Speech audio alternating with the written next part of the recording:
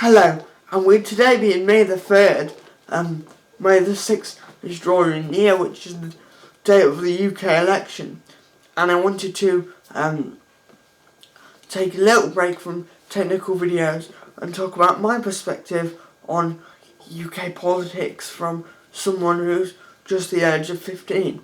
So, I was wondering how we could get kind of a debate going from politics from maybe the perspective of a future generation. So this is what I think about the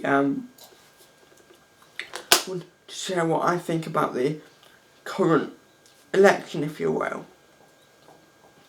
I also wanted to say that I'm not really qualified to talk about this because obviously I'm not an adult. I don't really know that much about politics, and I'm not claiming to. I just want to share my personal opinions and get a dialogue going. So with that said, I wanted to talk about some things that have been going on and how I think they're shaping politics. This is UK. What I'm going to talk about is UK exclusive because that's the only political system that I really know anything about. Although some of these points may be applicable to the US. Okay, so I'll just give American people a quick synopsis of what's going on at the moment. In England, there's three major political parties: the Conservatives, Labour, and the Liberal Democrats, and they're kind of vying for top spot, the most seats in government, and all that kind of stuff.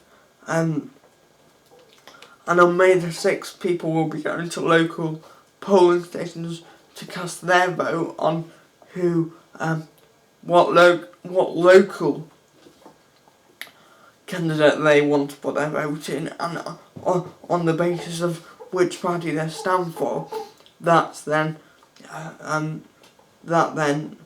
takes on how many seats they get in Parliament, and whichever party that is wins. Okay, so now you've got hopefully a basic idea of what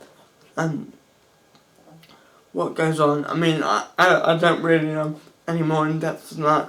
As I said at the beginning, I'm not claiming to be a big political buff, so feel free to rip my points apart in the comments if you feel so inclined.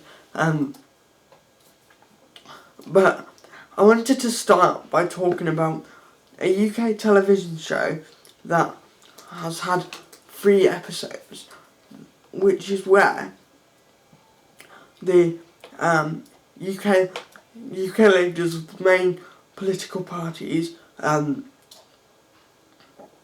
that being Gordon Brown, who's a Labour minister who's in power at the moment,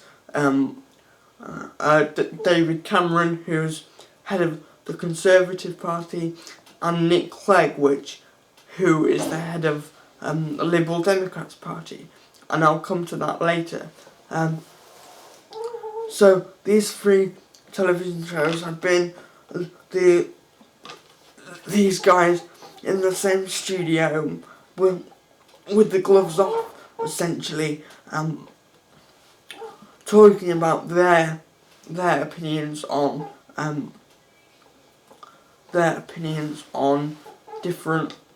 different topics and kind of argue their party's policy. This isn't an official election broadcast. It's just a debate on which they talk about things, but on the basis of how they perform, it's going to have an impact on where some people choose to place their vote here on May the 6th. I wanted to start by saying I think it's sad that a TV show can have that much influence on people. But having said that, with less than 50% of the population now voting, it's even more important that we now get the younger generation involved in politics. Because if we don't, as time goes on, there'll be less and less people voting. So, who we should have in Parliament will be the verdict of less and less people. So, this TV show is basically where they talk about different things such as the economy, immigration, other financial things, foreign policy, war policy, all sorts of stuff. And kind of people get to ask questions. There's just been a massive hoopla around it. So that's kind of my first point. I think it's good that it's getting more people interested in politics, but I also think it's sad that the way somebody performs on a television show could sway some people's votes. So let me know what you think on that point. And there's also been some major issue with all of the parties. A couple of years ago now, it emerged that some MPs, which is Member of Parliament for those not in the know, were claiming false expenses on things like second homes, even homes of some of their relations, all sorts of stuff that they shouldn't have been claiming for on MPs' expenses. That kind of circled, if you will, all the parties in a bad light, and all the parties had to get rid of some of their MPs and kind of fight to restore faith in the great British public.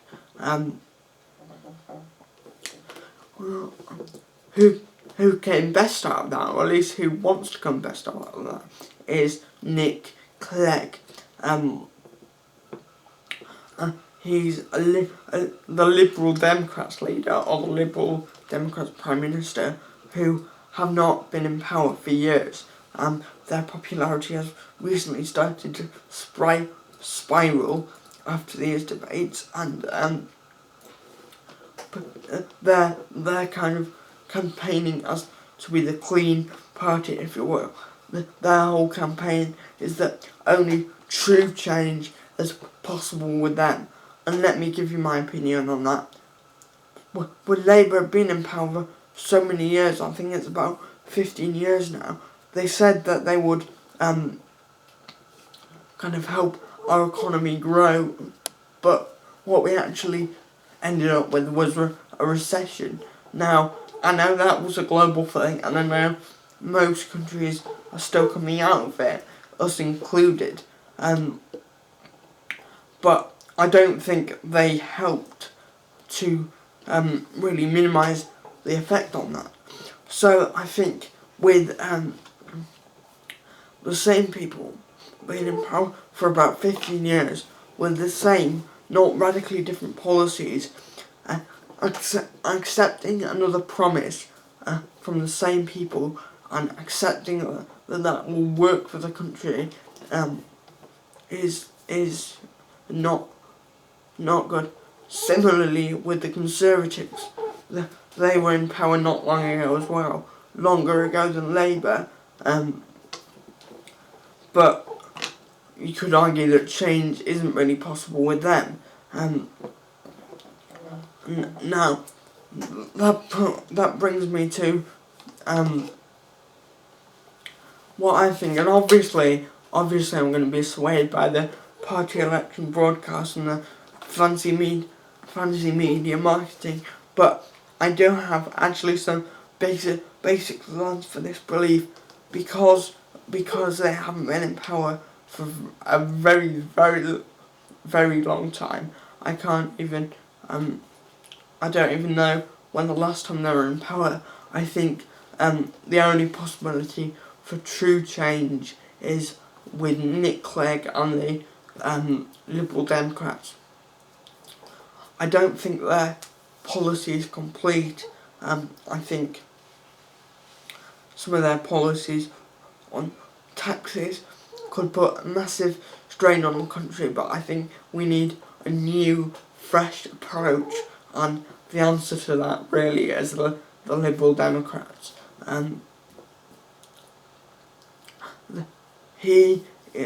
Or Nick Clegg to be more specific, is not without his fair share of troubles. When he started gaining ground politically, obviously the tabloids went crazy and they found some evidence of fake expenses claims on his part, although he says he could prove those, and I don't know what happened with that story, but it kind of petered out. I think no political party is clean, no political party will deliver on everything they said, and because Nick Clegg has not really been in power before and has not won an election, we don't know whether we can trust him to keep his word, because I think in politics there'll always be an element of we just say something to get votes and then don't do it. I think his approach to trying to approach the younger generation, that being people in their 20s, to get their votes is a very, very smart idea, because they're the new generation. They're the people that are gonna grow up, have to deal with the country's pension system, health system, and things like that. Again, certainly not discounting older people, because they're a very, very important feature of our society, and part of what makes our society democratic, if you will. Although you could argue that our society is not really democratic. I think the only way for true change is the Liberal Democrats, and I do understand that, especially for people like me who are into design and media, that the very flashy kind of new marketing strategies of the Lib Dems could reel me in, but I think the core of what they stand for, the core of what they can bring to us, is a very, very strong prospect, and that's what the country needs: a strong lead and a strong sense of change to bring us out of this economic crisis and sort out immigration and get us true change. So those are just my opinions. I want to leave something else for you to chew on as well. I heard a story that Gordon Brown, a key political official, was calling an older woman a bigot, and I think there is no place for people like that in our political system. I think the country needs to have a much less, much more confident and much more, for the lack of a better word, clean political system for the country to really advance and do anything. I do not believe that is at all possible with Labour or indeed Conservatives. So those are just my thoughts. Quite a long video.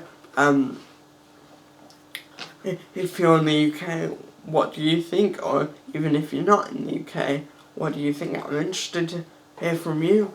If you like this video, I don't know, only do videos like this, but I do kind of more technological videos. You can hit the subscribe button, which I guess is somewhere up there now, on the new layer.